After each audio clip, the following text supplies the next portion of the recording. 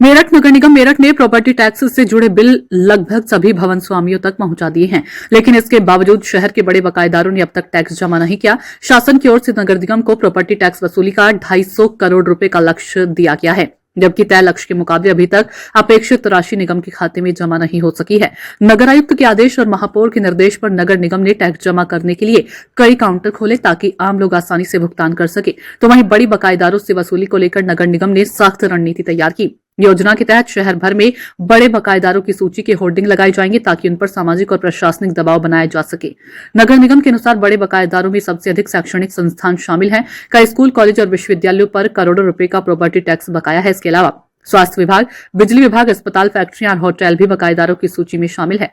सूत्रों के मुताबिक फ्रेंड्स कॉलोनी निवासी शाहिद अब्बासी पर करीब 5 लाख रुपए का बकाया, सुभारती विश्वविद्यालय पर फिलहाल करंट टैक्स में 70 लाख रुपए बकाया बताई जा रही है, जबकि कुल बकाया निकाले जाने पर यह राशि करोड़ों में पहुंच सकती है। मोदी कॉन्टिनेंटल पर 105 करोड़ रुपए का बकाया है, जो इस समय हाईकोर्ट में विचाराधीन है। चौधरी चरण सिंह विश्वविद्यालय पर करीब 14 करोड़ रुपए, बिजली विभाग पर लगभग 44 करोड़ रुपए का प्रॉपर्टी टैक्स बकाया है। इसके साथ ही मेरठ के चर्चित आरजी गर्ल्स कॉलेज पर 2 करोड़ 93 लाख रुपए बकाया बताए गए। होटल सेक्टर में भी लाखों रुपए की देनदारी सामने आई है, जिसमें होटल ऑसम पर करीब 21 लाख रुपए का प्रॉपर्टी टैक्स बकाया है। नगर निगम अधिकारियों का कहना है कि बड़े बकायेदारों से सख्ती से वसूली की जाएगी और लक्ष्य पूरा करने के लिए सभी आवश्यक कदम उठाए जा रहे हैं। फिलहाल नगर निगम ने शासन के आदेशों पर 20% तक की छूट करंट ईयर पर दी जा रही है। नगर निगम में house tax assessment officer Shiv Kumar Gautam ने क्या कुछ कहा। नगर निगम द्वारा 95% बिलों का वितरण कराया जा चुका है, नगर निगम करा चुका है। जो न्यू प्रॉपर्टी है 4 से 10 हजार बिल बचे हैं, वो 2-4 दिन में सब निस्तारण कर दिया जाएगा, बिल बंटवा दिया जाएगा। छूट का समय 31 दिसंबर है रहेगा, लेकिन चूंकि हमारा स्टाफ उसमें SIR लगा हुआ है, हम नगर महोदय से और माननीय महापौर जी से अनुरोध करेंगे कि छूट का समय और 1 महीने के लिए बढ़ा दिया जाए। फिलहाल छूट का समय 31 दिसंबर है।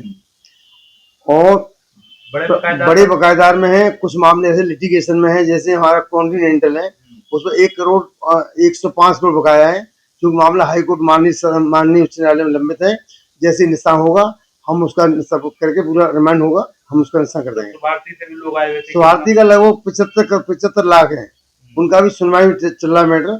सुनवाई के बाद उनका निस्तारण कर दिया जाएगा। टोटल 75 लाख है, करंट है खाली ये करंट का 75 लाख है, क्योंकि बाबू लोग इसमें SIR में है। मैं कंफर्म करके फाइल निकलवा के दिखाऊंगा कितना छूट बकाया है। CCS पर भी बिल है, इस बार लगभग 14 करोड़ है। ये चंसी यूनिवर्सिटी 14 करोड़ है।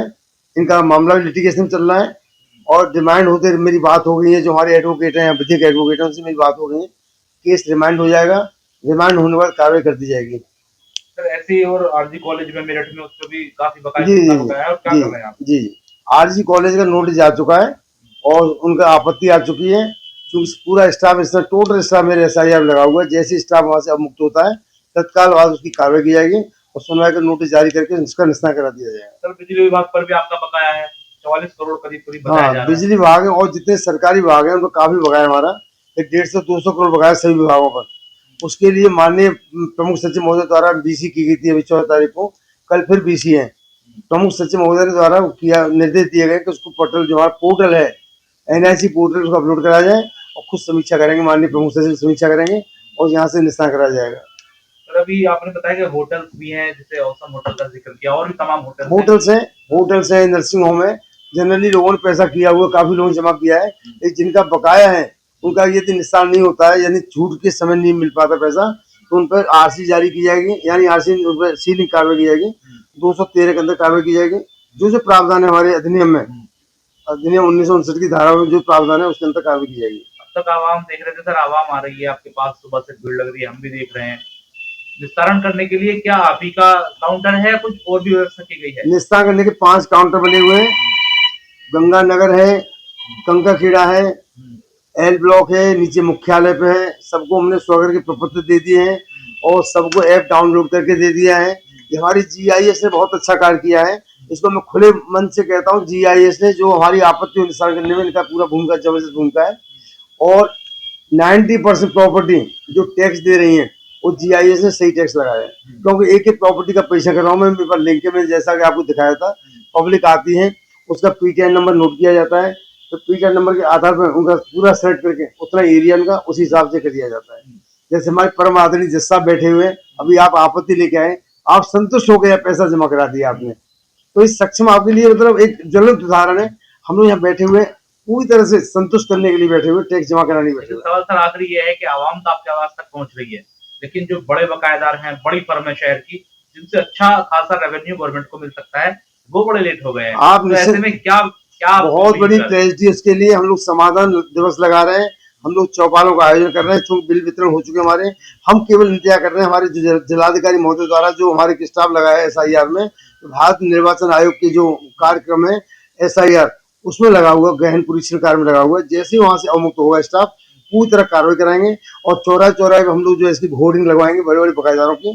कार्रवाई सुनिश्चित की जाएगी, कम से कम 200 करोड़ की वसूली होगी। क्योंकि सर सार्वजनिक बुराई भी मुझे लगता है जरूरी है, जो लोग सुन ही नहीं रहे, नींद से जाग ही नहीं रहे। नहीं, उनसे अनुरोध करेंगे, बुराई नहीं, उनको अनुरोध करेंगे। माननीय महापौर जी पूरी तरह हमारे लगे हुए हैं, माननीय महापौर जी हैं, माननीय हमारे सदन के जो माननीय पार्षद लोग हैं, उनको पूरा सहयोग मिल रहा है।